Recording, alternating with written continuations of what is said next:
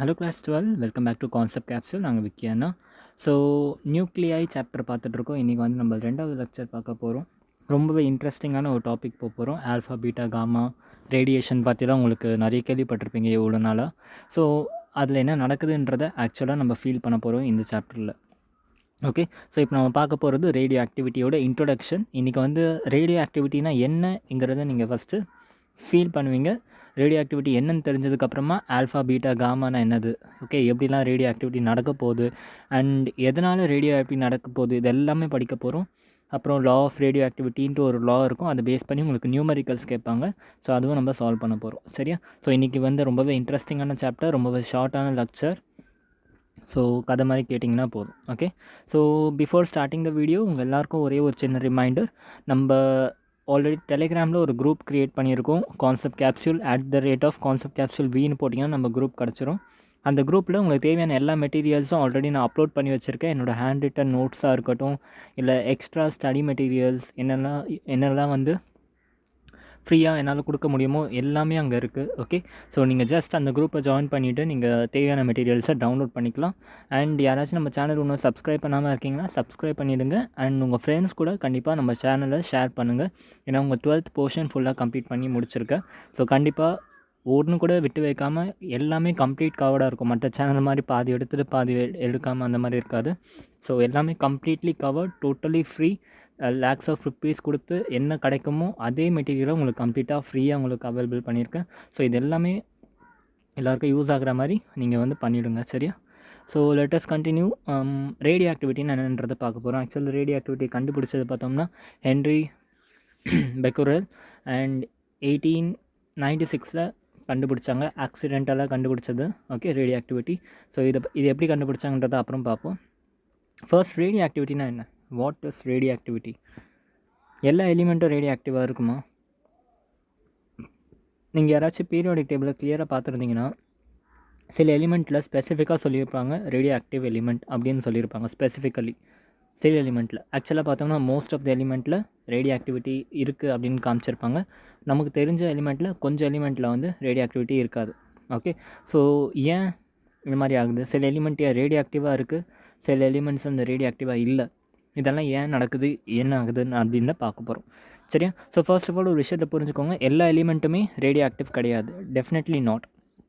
Okay, ஒரு சில element மட்டும்தான் ரேடியோ ஆக்டிவாக இருக்கும். அது ரேடியோ ஆக்டிவிட்டியும் வந்து அந்த ஃபுல் எலிமெண்ட்னால கிடையாது, ஜஸ்ட் அதோட நியூக்ளியஸ் பார்ட் மட்டும்தான் காரணம்.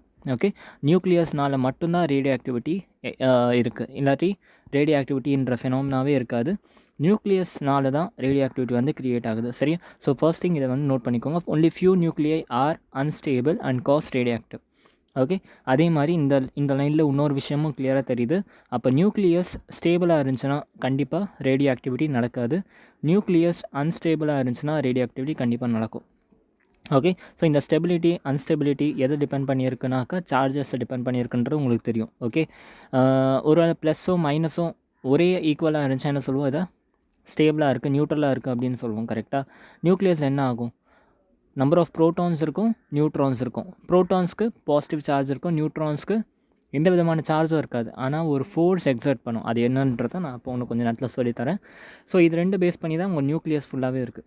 ஓகே, அப்போ இது ரெண்டுத்தோட கான்சன்ட்ரேஷனை டிபெண்ட் பண்ணி தான் இது ஸ்டேபிளாக இருக்கா ஸ்டேபிளாக இல்லையான்றது நமக்கு தெரியும். ஓகே, ஸோ ஒருவேளை இப்போ ஸ்டேபிலிட்டியாக இல்லை அப்படின்னா என்ன அர்த்தம்? அது என்ன பண்ணும்? ட்ரை பண்ணும், ஸ்டேபிளாக ட்ரை பண்ணாமல். நான் என்ன சொன்னேன், இந்த யூனிவர்ஸில், ஓகே, இந்த யூனிவர்ஸில் எந்த எலிமெண்ட் எடுத்தாலும் சரி அது வந்து கண்டிப்பாக ஸ்டேபிளான ஒரு பொசிஷனில் இருக்க தான் ட்ரை பண்ணும். கரெக்டாக? What ever be the material, what ever be the behaviour. அது வந்து பிஹேவியர் வைஸ் எடுத்தாலும் சரி, நம்மளாவே இருக்கட்டுமே. உங்களை கொண்டு போய் ஒரு மலை உச்சியில் நிற்க வச்சிட்டேன். ஓகே, உங்களால் அந்த மலை உச்சியில் எவ்வளோ நேரத்துக்கு நிற்க முடியும்? நிற்க முடியாது. கரெக்டாக? அட் எனி பாயிண்ட் நீங்கள் வந்து என்ன என்ன என்ன பண்ணணும்னு நினைப்பீங்க? கிரவுண்ட் ஃப்ளோருக்கு வந்துடணும், இல்லை கீழே வந்துடணும், உங்கள் வீட்டுக்கு போகணும்னு நினைப்பீங்க. ஓகே, ஸோ என்ன ஆகுது? நீங்கள் எக்ஸைட்டட் ஸ்டேட்டில் இருக்கீங்க, நீங்கள் கீழே வர ட்ரை பண்ணுறீங்க. எலக்ட்ரான்ஸும் அதானே பண்ணிகிட்டு இருந்துச்சு. எலக்ட்ரான்ஸ் நம்ம எனர்ஜி கொடுத்து எக்ஸைட் பண்ணி விட்டுட்டோம்னா அது என்ன பண்ணும்? அதுக்கப்புறமா திருப்பி வாங்கின எனர்ஜியை திருப்பி ரேடியேஷனாக வெளியே விட்டுட்டு, அந்த ரேடியேஷன் வேறு ரேடியேஷனாக வெளியே விட்டுட்டு, ஓகே, திருப்பி என்ன பண்ண ட்ரை பண்ணும்? அதோட கிரவுண்ட் ஃப்ளோர் ஸ்டேட்டுக்கு தான், அதோட லீஸ்ட் எனர்ஜி லெவலில் தான் வந்து நிற்க ட்ரை பண்ணும். ஓகே, அதே மாதிரி தான் எந்த ஒரு எலிமெண்ட் எடுத்தாலும் சரி ஸ்டேபிளான ஸ்டேட்டுக்கு வர தான் ட்ரை பண்ணும். ஸோ அப்போ ஒரு சில எலிமெண்ட்டெல்லாம் அன்ஸ்டேபிள் நியூக்ளியஸ் வச்சுருக்கு அப்படின்னாக்கா அது என்ன பண்ணணும், ஸ்டேபிள் நியூக்ளியஸாக கன்வெர்ட் பண்ணணும். கரெக்டாக அது கன்வெர்ட் பண்ணும்போது ஒரு சில ரேடியேஷன்ஸை எமிட் பண்ணும். ஓகே, அது அப்படி ஸ்டேபிள் நியூக்ளியஸாக மாறும்போது ஒரு சில எமிஷன்ஸை பண்ணி தான் வர முடியும். கரெக்டாக சும்மாவே வந்து ஸ்டேபிள் ஆக முடியாது. ஓகே, ஒரு எனர்ஜி வாங்கிட்டு எலக்ட்ரான் மேலே போகுது அப்படின்னாக்கா அந்த அந்த எலக்ட்ரான் கீழே வரணும்னா வாங்கின எனர்ஜியை வெளியே விட்டால் தான் கீழே வர முடியும். கரெக்டாக அதே மாதிரி தான் இந்த நியூக்ளியஸும் ஸ்டேபிளாக இருக்கிறதுக்காக எமிட் பண்ணும். என்ன எமிட் பண்ணுனாக்கா alpha, beta, gamma. Okay, alpha beta வந்து பார்ட்டிகல்ஸாக சொல்லுவோம், காமாவை வந்து எலக்ட்ரோ மேக்னெட்டிக் வேவ் சொல்லுவோம், காமா எலக்ட்ரோ மேக்னெட்டிக் வேவ் அப்படின்னு சொல்லுவோம். சரியா, இதை இன்னும் நல்லா டீப்பாக பார்த்தீங்கன்னா இந்த இடத்துல கிளியராக எழுதியிருப்பேன். Alpha or beta and EM waves, அதான் காமா இஎம் வேவ்ஸ்ன்னு சொல்கிறேன். அப்போ என்ன அர்த்தம், ஒன்று அது ஆல்ஃபா அண்ட் காமா வேவ்ஸை எமிட் பண்ணும், இல்லாட்டி பீட்டா அண்ட் காமா வேவ்ஸை எமிட் பண்ணும். ஆல்ஃபா பீட்டா சேர்ந்த மாதிரி எமிட் பண்ணாது, பட் எப்போவுமே காமா வேவ்ஸ் வந்து எமிட் ஆகும். நான் திரும்பவும் சொல்கிறேன், நியூக்ளியஸ்க்கு வந்து இப்போ அன்ஸ்டேபிளாக இருக்குது, அது ஸ்டேபிள் ஃபார்முக்கு போகணும். ஓகே, ஸ்டேபிள் ஃபார்முக்கு போனோன்னா ஒரு சில எமிஷன்ஸ் பண்ண போகுது. அந்த எமிஷன் என்ன தான் பண்ணலாம் அப்படின்னாக்கா கண்டிப்பாக ஆல்ஃபா ப்ளஸ் காமாவாக இருக்கும், இல்லை பீட்டா ப்ளஸ் காமாவாக இருக்கும். காமாங்கிறது ஸ்வீட் மாதிரி, சாப்பிட்டதுக்கப்புறம் எப்போவுமே ஸ்வீட் சாப்பிட்டுட்டே இருப்போம்ல, அதே மாதிரி தான் எந்த எமிஷன் நடந்தாலும் சரி காமா ரேஸ் கூடவே வரும். ஓகே, காமா ரேஸ் கூடவே வரும், ஆனால் ஆல்ஃபாவும் பீட்டாவும் சேர்ந்து வராது. ஓகே, ஆல்ஃபாவும் பீட்டாவும் சேர்ந்து வராது. எப்படி வந்து என்ன சொல்கிறது, சமோசாக்குள்ளே, ஓகே இப்போ அதுவும் வந்துடுச்சா, சமோசாக்குள்ளே ஸ்வீட் வச்சா எப்படி காம்பினேஷன் இருக்காதுன்னு சொல்லலாம் பார்த்தேன், பட் அப்படி ஒரு காம்பினேஷன் இருக்குது. ஸோ நீங்களே ரிலேட் பண்ணிக்கோங்க. ஏதாச்சும் ஒரு டோட்டலாக காம்பினேஷன் இல்லாத ஃபுட்டை சாப்பிட முடியுமா, சாப்பிட முடியாது. கரெக்டாக அந்த மாதிரி தான் வந்து ஆல்ஃபாவும் பீட்டாவும் வந்து காம்பினேஷனில் இருக்கவே இருக்காது. ஓகே, ஸோ அடுத்து இந்த ஃபினாமினா, இந்த எமிட் ஆகுறதுல, இந்த ரேஸ் எமிட் ஆகி அது ஸ்டேபிள் நியூக்ளியஸ்க்கு வரதில் இந்த ஃபினாமினாவை தான் நம்ம ரேடியோ ஆக்டிவிட்டி அப்படின்னு சொல்லுவோம். சரியா, this phenomena of emitting the radiations is known as radioactivity. So இப்போ ரேடியேஷன் ஏன் நடக்குது உங்களுக்கு புரிஞ்சிருக்கும். ஓகே, அப்போ ரேடியேஷன், ஒரு எலிமெண்ட்லேருந்து ரேடியேஷன் நடக்குதுன்னா it is very clear that element in the nucleus it is unstable. Okay, அந்த நியூக்ளியஸ் வந்து அன்ஸ்டேபிளாக இருக்குது. அந்த அன்ஸ்டேபிள் நியூக்ளியஸை ஸ்டேபிள் நியூக்ளியஸை மாற்றுறதுக்காக there is some kind of emission. அது என்ன கைண்ட் ஆஃப் எமிஷன்ற நாளைக்கு கிளாஸில் இன்னும் கிளியராக புரியும். இன்றைக்கி ரேடியேஷன் என்னன்றதை பேசிக் கான்செப்ட் மட்டும் தெரிஞ்சுக்கிட்டால் போதும். ஓகே, ஸோ இது வந்து ஒரு நியூக்ளியர் ஃபினாமினா. இது வந்து கண்டிப்பாக நார்மல் கெமிக்கல் ரியாக்ஷன்ஸ் மாதிரி இருக்காது. நார்மலாக நீங்கள் பார்க்குற கெமிக்கல் ரியாக்ஷன்ஸ் தான் என்ன இருக்கும், எலக்ட்ரான்ஸோட மூவ்மெண்ட் இருக்கும், இன்டர் மூவ்மெண்ட் ஆஃப் எலக்ட்ரான்ஸ் கண்டிப்பாக இருக்கும், ஷேரிங் ஆஃப் எலக்ட்ரான்ஸ் இருக்கும், அது வச்சு நடக்கிறது தான் chemical reactions. But nuclear reactions are not a chemical reaction. இதில் எந்த விதமான sharing of electron, coming of electron, going of electron எப்படியுமே இருக்காது. Okay, nuclear reaction is totally a different phenomena. Okay, nuclear reaction நீங்கள் பார்க்குற கெமிக்கல் ரியாக்ஷன் மாதிரி இருக்காது, totally a different thing.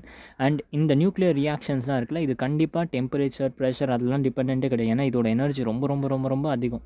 So நீங்கள் என்ன தான் டெம்பரேச்சர், ப்ரெஷர்லாம் இன்க்ரீஸ் பண்ணி பார்த்தாலும் சரி, இதோட எனர்ஜிக்கு ஈடு கொடுக்கவே முடியாது அந்த டெம்பரேச்சர், அந்த ப்ரெஷர்னால். ஓகே, ஸோ இதுவும் இன்னொரு பாயிண்ட்டை நம்ம எழுதிக்கலாம். Okay, so the rate of emission of alpha, beta, gamma depends on the concentration of nucleus and does not depend on temperature, pressure and the physical condition. So இதான் இங்கே சொல்லியிருக்கேன் நான். ஸோ ஆல்ஃபா, பீட்டா, காமா வந்து depend ஆகும், அந்த emission வந்து totally it is depend on எவ்வளவு tense உங்கள் நியூக்ளியஸ் இருக்குது அதை டிபெண்ட் பண்ணி தான் இருக்குது. இப்போ உங்கள் நியூக்ளியஸை ரொம்ப டென்சிட்டி ரொம்ப அதிகமாக இருக்குது, அதாவது ஒரு ரொம்ப பெரிய அட்டாமிக் நம்பர் இருக்குது மெட்டீரியல்ஸ் எடுத்தோம்னா அதோட நியூக்ளியஸ் வந்து ரொம்ப டென்ஸாக இருக்கும். ஓகே, நிறைய நியூட்ரான்ஸ், நிறைய ப்ரோட்டான்ஸ் இருக்கும். ஸோ அந்த மாதிரி இருக்க நியூக்ளியஸ்க்குலாம் வந்து ரேடியேஷன் பவரும் ரொம்ப ரொம்ப அதிகமாக இருக்கும். அதனால தான் பீரியாடிக் டேபிளில் நம்ம கீழே போக போக போக ஸ்பெஷலி 83 தாண்டிலாம் போயிட்டாக்கா எல்லாமே ரேடியோ ஆக்டிவ் எலிமெண்ட்டாக தான் இருக்கும். ஓகே, ஸோ அந்த அளவுக்கு வந்து அதோட நியூக்ளியர் டென்சிட்டி அதிகமாகும். ஸோ டென்சிட்டி அதிகமாக ரேடியோ ஆக்டிவிட்டியும் அதிகமாகிட்டே போகும். ஏன் அதிகமாகுதுன்றதையும் இப்போ கொஞ்சம் நேரத்தில் பார்ப்போம். புரியுதா? ஸோ டென்சிட்டி மட்டும்தான் டிபெண்ட் பண்ணியிருக்கு, டெம்பரேச்சர், ப்ரெஷர் அண்ட் கண்டிஷன்ஸை, ஃபிசிக்கல் கண்டிஷன்ஸை டிபெண்ட் பண்ணி இல்லை. எப்படி அப்படின்னாக்கா டெம்பரேச்சர், ப்ரெஷருக்குலாம் நம்ம குறிப்பிட்ட அளவுக்கு தான் ஏற்ற முடியும், இறக்க முடியும். ஆனால் நம்ம nuclear energy is phenomenal. Okay, அதை வந்து நம்மளால் வந்து நினச்சி கூட பார்க்க முடியாத அளவுக்கு அதிகமான ஒரு எனர்ஜி வச்சுக்கிட்டு இருக்கோம். ஸோ அந்த ஒரு எனர்ஜியை வச்சுருக்கிறதுனால, அந்த ஒரு எனர்ஜியை வச்சுருக்கனா நீங்கள் என்ன தான் சரி டெம்பரேச்சர் ஏற்றினாலும் சரி, ப்ரெஷர் ஏற்றினாலும் சரி, இறக்குனாலும் சரி, அதுக்கு ஒரு கொசு கடிச்ச மாதிரி தான் இருக்கும். ஓகே, ஸோ அது வந்து பெரிய இம்பேக்ட் கொடுக்காது அந்த ஃபெனாமினாவில். ஸோ அதனால தான் வந்து நம்ம ஜென்ரலாக நியூக்ளியர் ஃபெனாமினா வந்து டென்சிட்டியை மட்டும்தான் டிபெண்ட் பண்ணி இருக்குதுன்னு சொல்கிறோம். ஓகே, ஸோ இந்த பாயிண்ட் வரைக்கும் புரிஞ்சா அடுத்த இம்பார்ட்டன்ட் பாயிண்ட் என்னென்னு பார்ப்போம். எப்படி வந்து இந்த ரேடியேஷனை கண்டுபிடிச்சது அப்படின்னு பார்க்க போகிறோம். சரியா? ஸோ இந்த ஹென்ரி சயின்டிஸ்ட் இருக்காங்களே, இவங்க தான் வந்து ரேடியேஷனை கண்டுபிடிச்சது முதல்ல. ஸோ இவங்க என்ன பண்ணாங்க, ஆக்சிடென்டலாக கண்டுபிடிச்சேன்னு சொல்கிறாங்க. அவங்க என்ன பண்ணாங்கனாக்கா, அவங்க ஆல்ரெடி வந்து நியூக்ளியர் ஸ்டடி பண்ணிகிட்டு இருந்தாங்க. ஓகே, ஸோ அப்படி இருக்கும்போது ஒரு யுரேனியம் ஆட்டம்ஸ் எல்லாம் எடுத்துக்கிட்டாங்க. ஒரு ஒரு குறிப்பிட்ட மோல்ஸ் ஆஃப் யுரேனியம் ஆட்டம்ஸ்லாம் எடுத்து என்ன பண்ணிட்டாங்க, ஒரு இடத்துல ஃபிக்ஸ் பண்ணி வச்சுட்டாங்க. ஓகே, ஒரு பாக்ஸ்குள்ளே போட்டு வச்சுட்டு அந்த பாக்ஸை ஃபுல்லாக என்ன பண்ணிட்டாங்கன்னா, டோட்டலாக ஒரு பிளாக் பேப்பருக்குள்ளே வந்து வச்சுட்டாங்க. ஓகே, ஏன்னா பிளாக்கை வந்து பிளாக் கலரை பெனிட்ரேட் பண்ணிட்டு போகிறது கஷ்டம். ஓகே, மற்ற கலர்ஸ்லாம். ஸோ அதனால் என்ன பண்ணிட்டாங்க, பிளாக் கலரை வந்து டோட்டலாக பிளாக் கலர் பேப்பரில் டோட்டலாக இதை வந்து ஃபுல்லாக கவர் பண்ணி வச்சுட்டாங்க. ஓகே, அப்படி கவர் பண்ணி வச்சுட்டு இந்த யூரேனியம் ஆட்டமை இதுக்குள்ளே வச்சுட்டு கவர் பண்ணி வச்சுட்டு இந்த பக்கம் என்ன பண்ணி வச்சுட்டாங்கன்னா, சில்வர் ஃபாயில் வச்சுட்டாங்க. ஓகே, ரேடியேஷன் ஏதாச்சும் அவங்க ஆக்சுவலாக ரேடியேஷனுக்குன்ட்டு வைக்கல, வேறு ஏதாச்சும் எலக்ட்ரான்ஸ் ஏதாவது ஸ்ட்ரைக் ஆகுதா அப்படின்னு பார்க்குறதுக்காக என்ன பண்ணாங்க, ஒரு சில்வர் ஃபாயிலை வச்சுட்டாங்க. ஓகே, சில்வர் ஃபாயிலை வச்சுட்டு எப்பவும் போல் சில்வர் ஃபாயில் வச்சா என்ன பண்ணோம், பின்னாடி ஒரு ஃபோட்டோ டிடெக்டர் வச்சுருப்போம். அப்போ தான் வந்து இல்லை ஏதாச்சும் ஒரு எலக்ட்ரானோ ப்ரோட்டானோ வந்தால் இந்த ஃபோட்டோ டிடெக்டர் வந்து எரியும். ஓகே, க்ளோ ஆகும். ஓகே, அதுக்காக ஃபோட்டோ டிடெக்டர் வச்சாங்க. ஓகே, பட் என்ன ஆயிடுச்சுன்னா, அவங்க இப்படி ஒரு விஷயம் கண்டுபிடிக்கிறதுக்காக வச்ச செட்டப்பு வேறு ஒரு விஷயத்தை கண்டுபிடிச்சிருச்சு. என்ன ஆச்சுனாக்கா, இந்த மாதிரி வச்ச உடனே இந்த யுரேனியம்லேருந்து ஏதோ ஒரு விஷயம், கண்ணுக்கு தெரியாத ஒரு விஷயம், சில்வர் ஃபாயில்லையும் எந்த ஒரு டேமேஜும் க்ரியேட் பண்ணல, எதுவுமே க்ரியேட் பண்ணல, கண்ணுக்கு தெரியாத ஒரு விஷயம் வந்து இந்த ஃபோட்டோ டிடெக்டரை டேமேஜ் பண்ணிகிட்ருக்கு.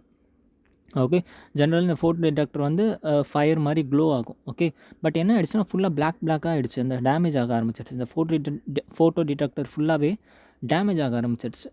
ஓகே, ஸோ அப்போ இவங்களுக்கு டவுட் வந்துச்சு, என்னடா இது புதுசாக இருக்கே, இவ்வளோ நேரமாக வந்து ஃபோட்டோ டிடெக்டர் க்ளோ ஆகி தான் பார்த்துருக்கோம், இது என்ன புதுசாக வந்து ஃபோட்டோ டிடெக்டர் வந்து டேமேஜ் ஆகுது, பிளாக்காக ஆகிட்டு இருக்கு, அது என்னது அப்படின்னு சொல்லி ரிசர்ச் பண்ணப்போ தான் தெரிஞ்சு, இல்லை இது வந்து ஏதோ ஒரு கண்ணுக்கு தெரியாத ரேடியேஷன், அது வந்து நம்ம பார்க்குற எலக்ட்ரான்ஸ் ப்ரோட்டான்ஸ் மாதிரி இல்லாமல் ஏதோ ஒரு ரேடியேஷன் வெளியே வருது, அந்த ரேடியேஷன் வந்து நமக்கு நாட் விசிபிள், பட் அது டேமேஜ் க்ரியேட் பண்ணுது அப்படின்றத கண்டுபிடிச்சது வந்து ஹென்ரி தான்.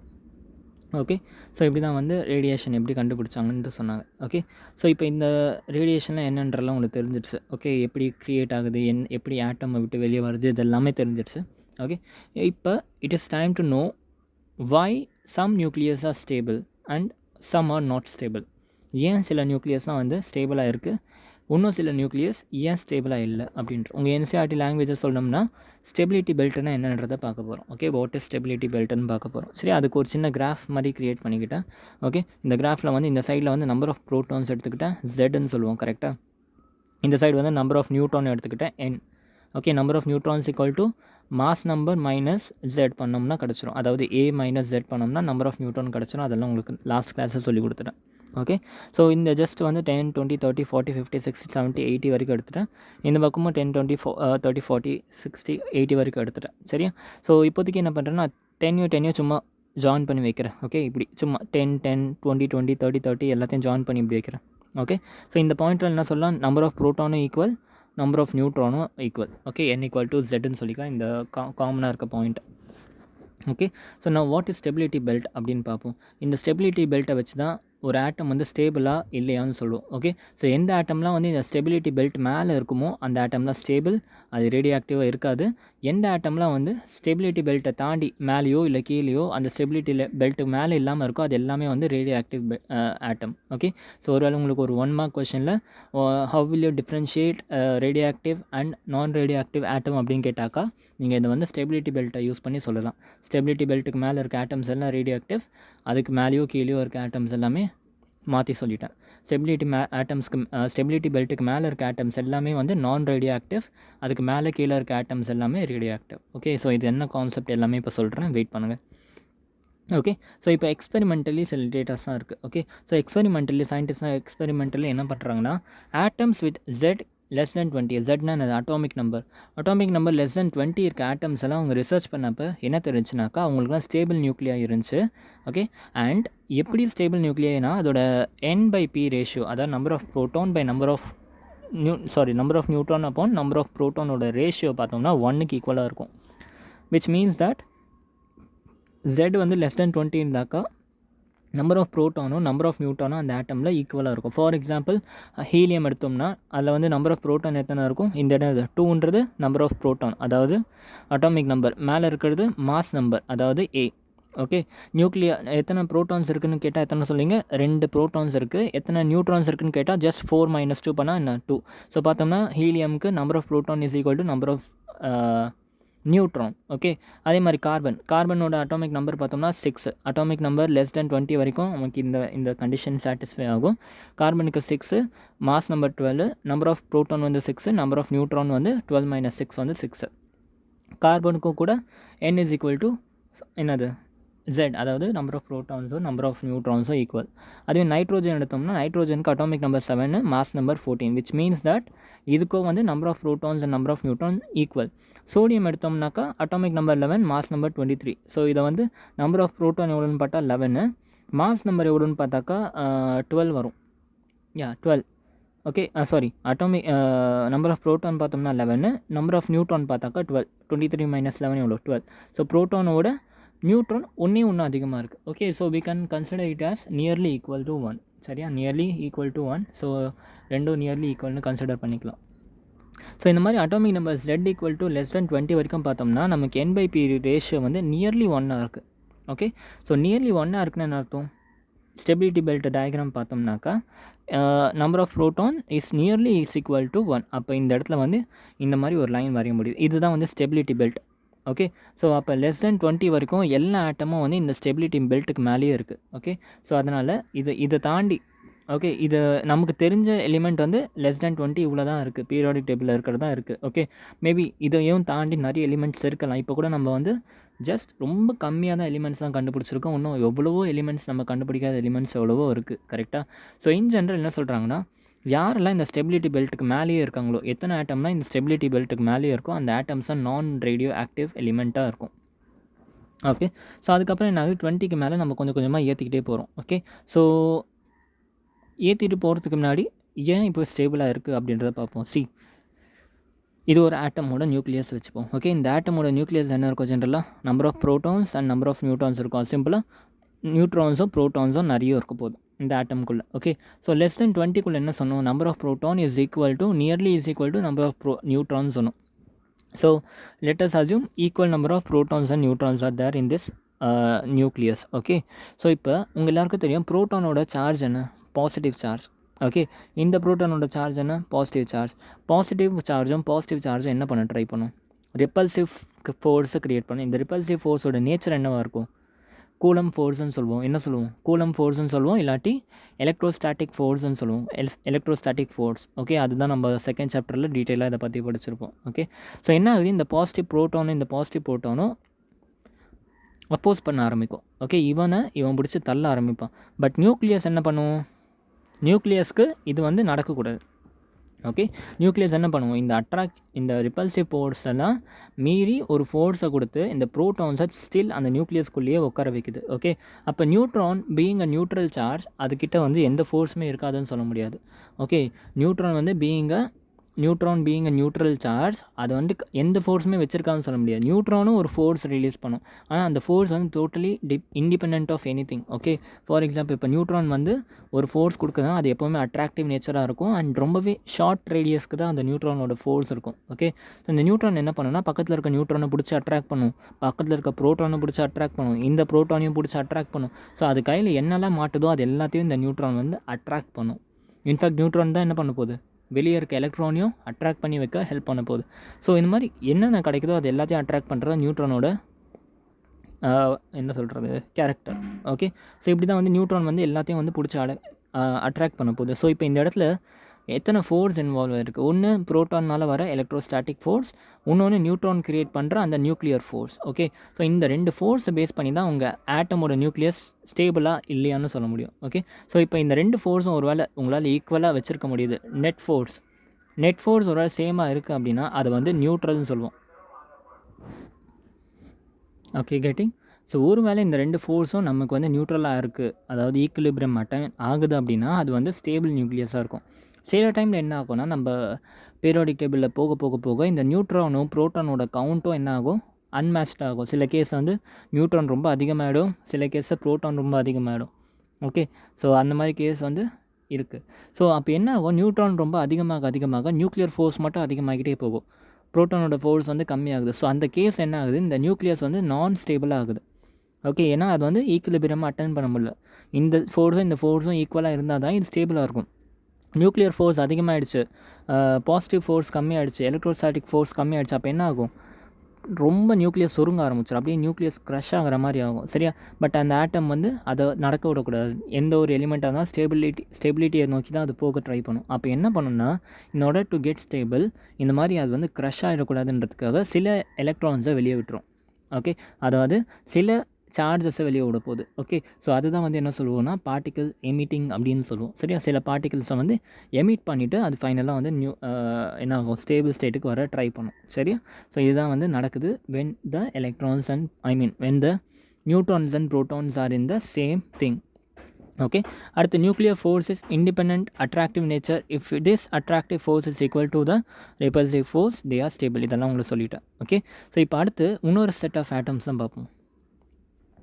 ஓகே, அடுத்து என்ன பண்ணுறோன்னா, Z வந்து 20க்கு மேலே போயிடுச்சுன்னா, ஓகே, ஜெட்டோட வேல்யூ வந்து அதாவது அட்டாமிக் நம்பர் வந்து 20க்கு மேலே போயிடுச்சுன்னா ஸ்டேபிள் நியூக்ளியஸ்க்கு எவ்வளோ ரேஷியோ இருக்கணும் அப்படின்னு பார்த்தோம்னா 1லேருந்து 1.6க்கு நடுவில் இருக்கணும். N/Pயோட ரேஷியோ வந்து 1லேருந்து 1/6 நடுவில் இருந்துச்சுன்னா அது வந்து ஸ்டேபிள் நியூக்ளியஸாக இருக்கும். ஓகே, ஒரு 1.6க்கு மேலே போயிடுச்சுனாலும் அது அன்ஸ்டேபிள், 1.1க்கு கீழே வந்தாலும் அது வந்து unstable. Okay, so for atoms Z greater than 20 stable நியூக்ளியஸாக இருக்கணும்னாக்கா ஜெட்டோட வேல்யூ வந்து அதாவது ஸ்டேபிள் நியூக்ளியஸாக இருக்கணும்னாக்கா N/Pயோட ரேஷியோ வந்து 1லேருந்து 1.6க்குள்ளே இருக்கணும். சரியா? ஃபார் எக்ஸாம்பிள் அயனுக்கு வந்து atomic number 26, mass number 56. So இதை மைனஸ் பண்ணோம்னா நம்பர் ஆஃப் ப்ரோட்டான் வந்து 26, நம்பர் ஆஃப் ப்ரோட்டான் வந்து 26, நம்பர் ஆஃப் நியூட்ரான் வந்து 30. ஓகே, ஸோ பார்த்தோம்னா டிஃப்ரென்ஸ் எவ்வளோ வந்துடுச்சு? 4 நியூட்ரான் எக்ஸ்ட்ரா இருக்குது. ஓகே, அதே மாதிரி ஏஜுக்கும் பார்த்தோம்னாக்கா அதே மாதிரி தான் ஆகும். சரியா? ஸோ இந்த மாதிரி என்ன ஆகிடுச்சு, ஸ்டெபிலிட்டி வந்து கொஞ்சம் கொஞ்சமாக